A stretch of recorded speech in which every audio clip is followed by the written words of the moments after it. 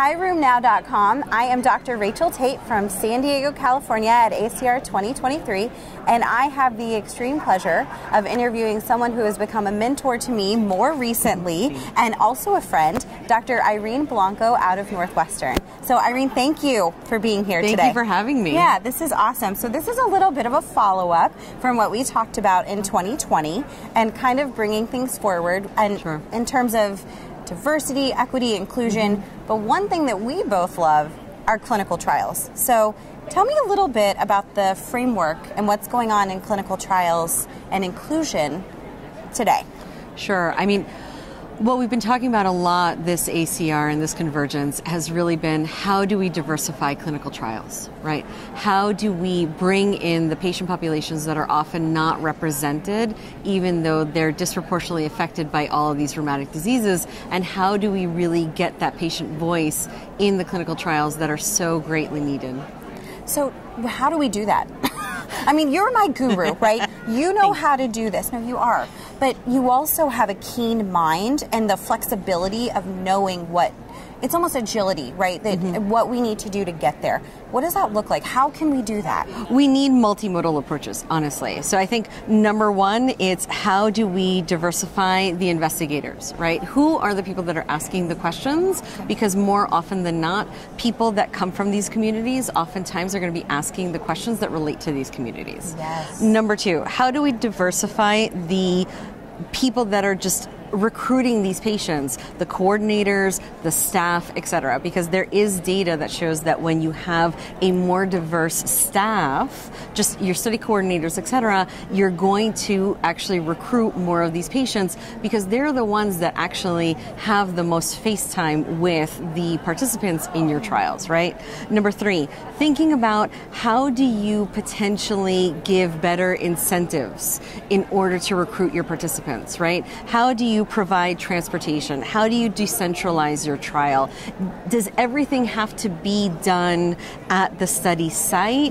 Can they do things more locally so that they don't have to waste 2 hours in traveling, right? If it's going to be just a simple blood pressure, weight, some surveys, etc., can that be done locally? Yeah. Can that be done from home remotely, right? A blood pressure cuff, etc. Thinking really outside the box to make it as convenient as possible for the patients. Well, and we started to do some of that during 2020, right? I mean, we know clinical trials overall kind of suffered during that time frame, but we had to be agile. We couldn't be volatile. We had to prepare patients appropriately, set those expectations. You're very good at teaching people to set expectations, but it makes a difference. So how can we, well, let me ask it this way. We generally have run clinical trials in areas that have been associated with academic centers. Yes. Do you feel these types of changes can also translate maybe even more appropriately to private practice and those types of settings? How do you feel this works? I think we can think about just different ways of doing things and that agility. I think we can be more nimble within the academic center, right? We can start to think about academic community partnerships where potentially, can we think about how an academic center can potentially partner with potential private practices or, for example, at Northwestern, we have many Northwestern affiliated hospitals and Northwestern affiliated community practices. How about my patients are going there to have their follow-up surveys, check-ins, study visits, but then for the big things that they have to do, well, then they come downtown, right? Of course. So we don't necessarily, we can leverage the power of the large academic center, but then use the satellite sites. So I think we just need to, we're creative people. We're physicians, we have doctorates, we're not dumb. Like, we can be creative and really think about multimodal ways of doing things, and whether it's, you know, being that academic center that then partners with other community centers, and even partnering with either FQHCs, right, that are seeing much more diverse patients, partnering with other community health centers that are seeing, or even thinking about community boards, community stakeholders, so you can actually get the voice of that community in clinical trials, thinking about yesterday I presented some data on, we did our LUCIT, which was the lupus, the clinical training on the lupus clinical trial training, right? Where we trained community health workers on lupus clinical trials so that when they were just working with their clients in general on lupus and, teaching them about their meds, teaching them about, their disease states, et cetera,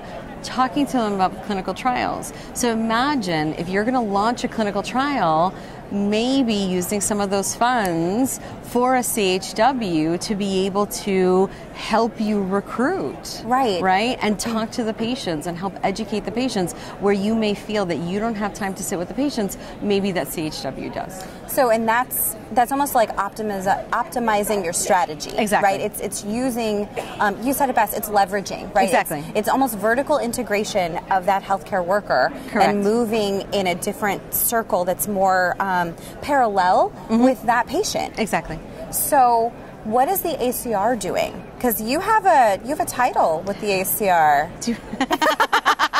Do I have a title? Well, I do have a title with the ACR. I'm like, do I have a title? So the ACR, I am the co-chair of the DEI committee for the ACR. But it's not through that committee. But it's, we do a lot of work for the overall helping to facilitate the DEI efforts, but really so much of this work has been through the collaborative initiatives, right? Absolutely. And through as we labor at the COIN committee. And right now there's a major project through COIN, which is the Timely project.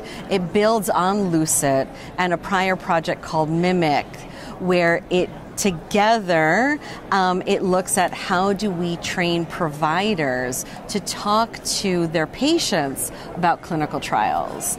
Sarah Sheikh and Alan Anandaraja are the leads, and I'm on their advisory committee. Yeah.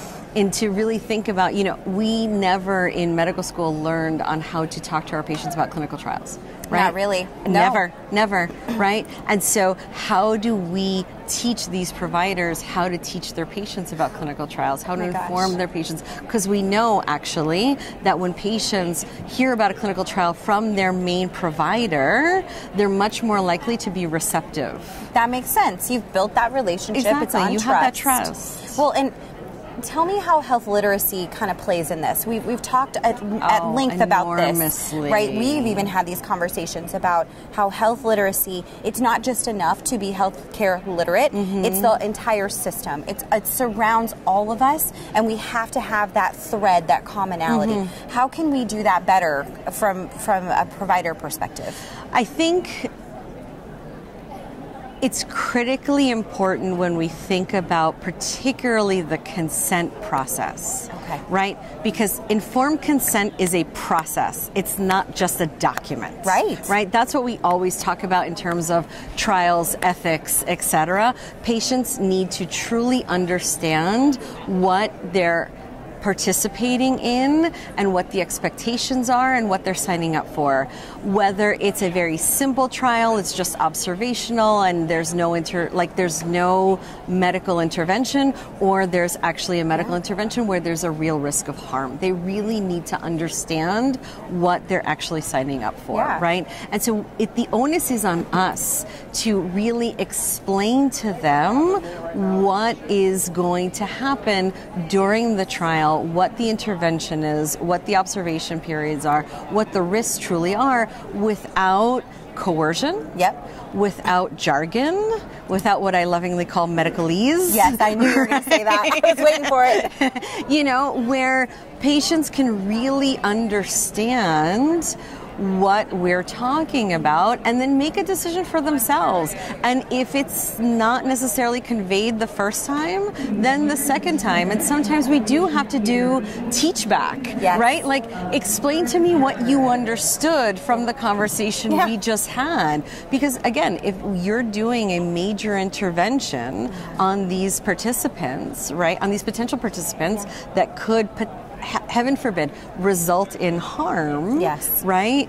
You need to make sure that they really understand the risks, benefits, and potential, rewards or implications of what they're signing up for. We're vulnerable as patients. Exactly. You know, we need to be supporting each other. Exactly. And the onus is on us. Yeah. The onus is on us to really just explain it to them and ensure that they understand, so that you know that if they're coming to participate in the trial, that they're coming, you know, open and willing and happy to participate. Absolutely. Yeah. And understanding of exactly. that participation. Exactly. What that looks like. Exactly. I got to tell you, I always love talking to you, but I really appreciate what you shared, because this affects all of us. This is very at the nadir, the essence of who we are and what we do, and we need to continue to work on this, right? And it's all of us. It's all in industry. It's here on the ground seeing patients. It's all of us. So I really appreciate it. Sure. So any last thoughts that you can give the team about what we should be doing? What can we do in a little way that will make a big difference? What can we do in a little way? I think you and I were talking about this before. Again, the onus is on us, right? The onus is not on the patient. Oftentimes, I think we keep saying, well, if we just educate the patient more on the trial, sure, but the onus is on the person doing the educating, right?